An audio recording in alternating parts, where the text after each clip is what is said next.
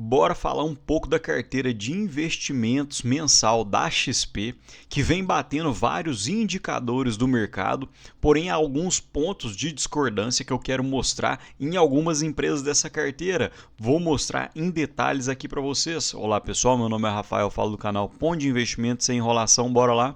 Então, antes de mais nada, a carteira de XP Investimentos para agosto não houve nenhuma alteração e a XP ainda frisa que essa carteira tem foco em dividendos, principalmente para quem busca uma postura mais defensiva na carteira ou quer receber pagamentos recorrentes. Então eles buscam 4 tipos de empresa com perspectiva de pagamento consistente de dividendos, dividend yield atrativo, ou seja, em teoria não pode ser um dividend yield baixo, gestão de qualidade e sólido modelo de negócio e uma natureza mais defensiva. E a XP ainda destaca que em julho a carteira teve um rendimento de menos 3,7%, enquanto o Bovespa caiu cerca de 4,2%. E desde que a carteira foi montada em junho de 2018, saindo de uma base 100, a carteira da XP Investimentos rendeu cerca de 300%, enquanto o Ibovespa no período rendeu cerca de 180%. Então ela conseguiu bater o seu benchmark e eu vou mostrar para vocês que foi uma carteira sem mistério nenhum. E desde já quero comentar que eu gostei da carteira da XP Investimentos, achei uma carteira bem coerente e eu quero falar um pouco de algumas empresas que eu acredito que mereçam destaques dentro da carteira de investimentos da XP. Então a primeira companhia seria a B3, que tem um dividend yield na casa dos 7,1%, porém eu acredito que a XP Investimentos esteja calculando tanto os dividendos quanto as recompras, porque eu acredito que esse dividendo da B3 em retorno para os acionistas deve ficar na casa dos 4%. E percebam o fluxo de caixa da B3 nos 6 primeiros meses de 2025. Então percebam que a B3 não precisa de muitos investimentos para conseguir crescer e a maior parte da sua geração de caixa realmente fica para proventos e também para recompras de ações.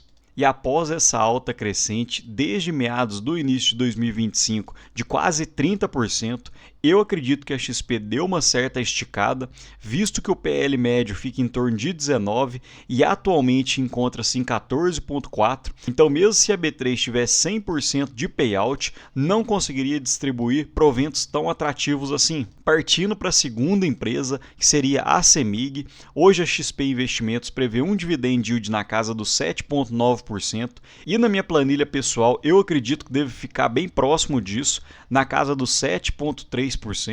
E um ponto muito interessante é que a CEMIG tem um payout mínimo de 50% do seu lucro líquido e tem um dividendo mínimo anual garantido às ações preferenciais de 50 centavos, que na cotação atual daria já um bom dividendo na casa dos 4,5%. E a CEMIG conseguiu gerar muito valor aos seus acionistas. Olhando as ações ordinárias, CEMIG 3 gerou cerca de 16,8% ao ano, saindo de uma base 100. Hoje, CEMIG 3 teria pontuação de 923, CEMIG 4 632, o índice de energia elétrica 318 e o IBOV 175 pontos. Então a CEMIG conseguiu bater todos os seus benchmarks. E pode estar se formando uma boa simetria na CEMIG, em que a cotação não tem acompanhado os lucros de forma crescente. Percebam que desde meados de 2020, o lucro da CEMIG subiu de uma forma muito positiva, enquanto as ações não acompanharam tanto assim. Então poderia estar se formando uma certa assimetria de investimento.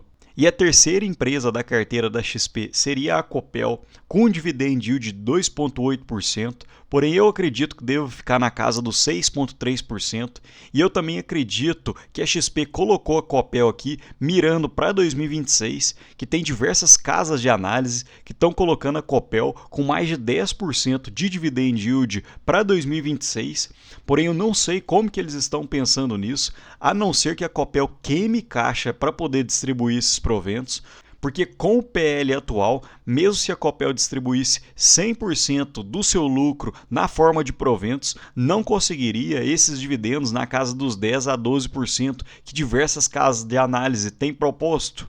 Quarta empresa, Caixa Seguridade, dividendo na casa dos 9,5%, em linha com o que eu espero, de cerca de 9%.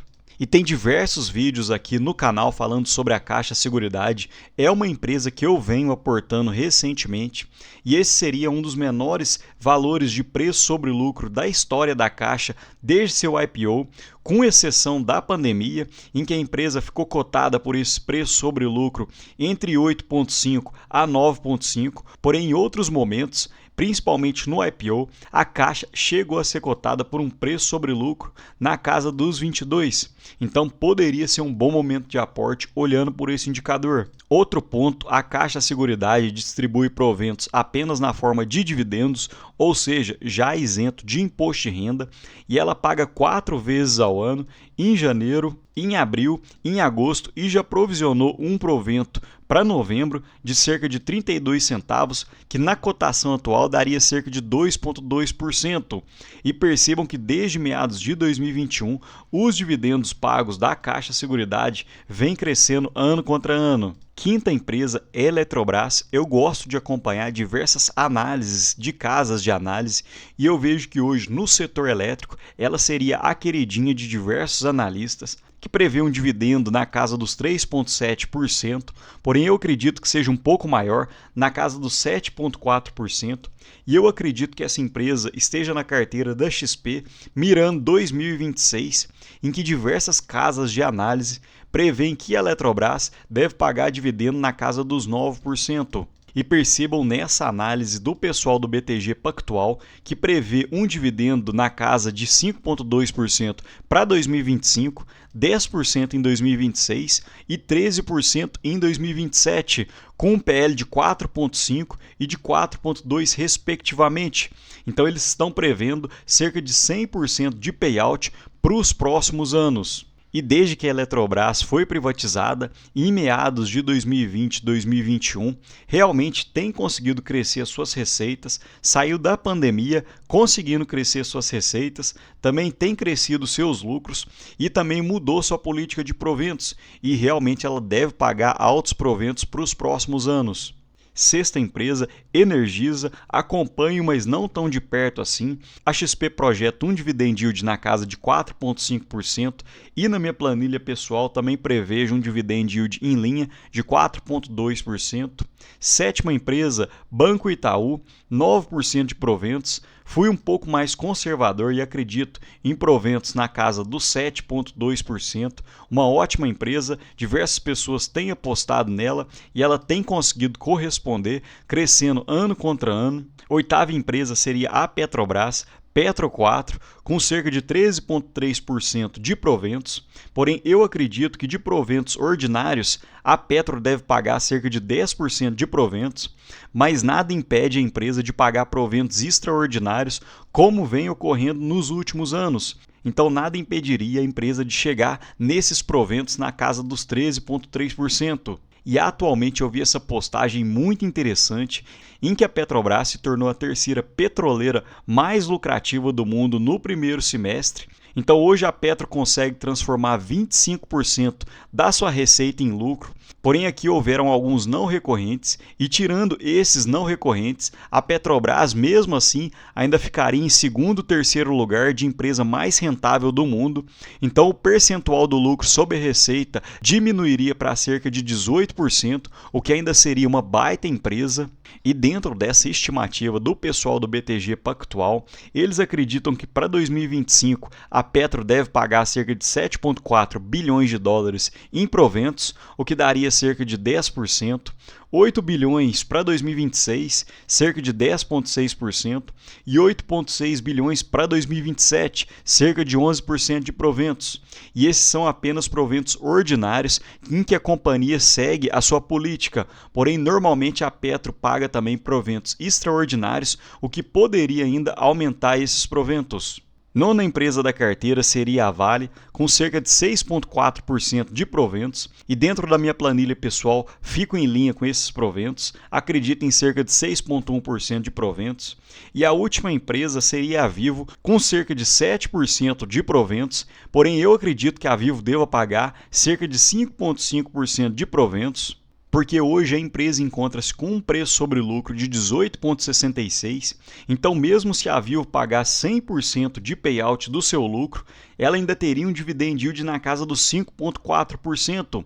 Outro detalhe que eu gostaria de chamar a atenção é que a Vivo esticou bastante, principalmente em 2025, uma alta de mais de 30% no período, e a média do preço sobre lucro da empresa nos últimos 10 anos foi de 14,6 e atualmente encontra-se em 18,6. Então, olhando por esse indicador, a empresa estaria cara. Outro ponto que eu gostaria de chamar a atenção são para as empresas mais antigas dentro dessa carteira da XP Investimentos, começando pela Copel, que entrou na carteira em fevereiro de 2021 e já rendeu mais de 184% desde a sua entrada na carteira. Outra empresa seria o Banco Itaú, que já conseguiu render 81% desde meados de dezembro de 2022. E um destaque negativo para a Vale, que entrou em dezembro de 2023 e atualmente tem amargado um prejuízo de 17,8%. E no começo dos slides, a XP Investimento destacou que uma carteira de dividendos seria uma carteira mais defensiva, porém eu não acredito nisso. Eu acredito que uma carteira de dividendos consegue ser uma carteira defensiva em momentos em que o mercado está mais depressivo, e ela também consegue ser uma carteira ofensiva quando o mercado está eufórico. Percebam que em 2025 a carteira da XP Investimentos rendeu 16,3%, enquanto o Ibov rendeu cerca de 10,6% no período. Em 2024 o Ibovespa caiu 10% e a carteira caiu apenas 1,6%. Em 2023 Ibov subiu 22%, carteira subiu 38%. Em 2022, Ibov subiu 4,7% e a carteira subiu 19%. Em 2021, em que o Ibov caiu 12%, a carteira caiu apenas 9%. Em 2020, o Ibov subiu cerca de 2,9%, enquanto a carteira ficou praticamente zerada. E em 2019, em que o Ibov subiu 31,6%, a carteira subiu ainda mais, cerca de 40%. Então, com exceção de 2020, em que o Ibov subiu 3% e a carteira caiu cerca de 0,7%, então uma diferenciação muito pequena de 3%, esse foi o único ano em que o Ibovespa conseguiu bater a carteira de dividendos da XP. Todos os outros anos, a carteira conseguiu ser defensiva em momentos de depressão do mercado e bem ofensiva nos momentos de euforia. Então ela conseguiu consistentemente bater o Ibovespa. Mas me conta aqui, pessoal, vocês gostam de escolher as suas ações ação a ação ou prefere pegar uma carteira recomendada, assim como essa da XP? E me conta aqui nos comentários se vocês gostam desse tipo de vídeo. No mais, deixo um ótimo dia para vocês e um abraço.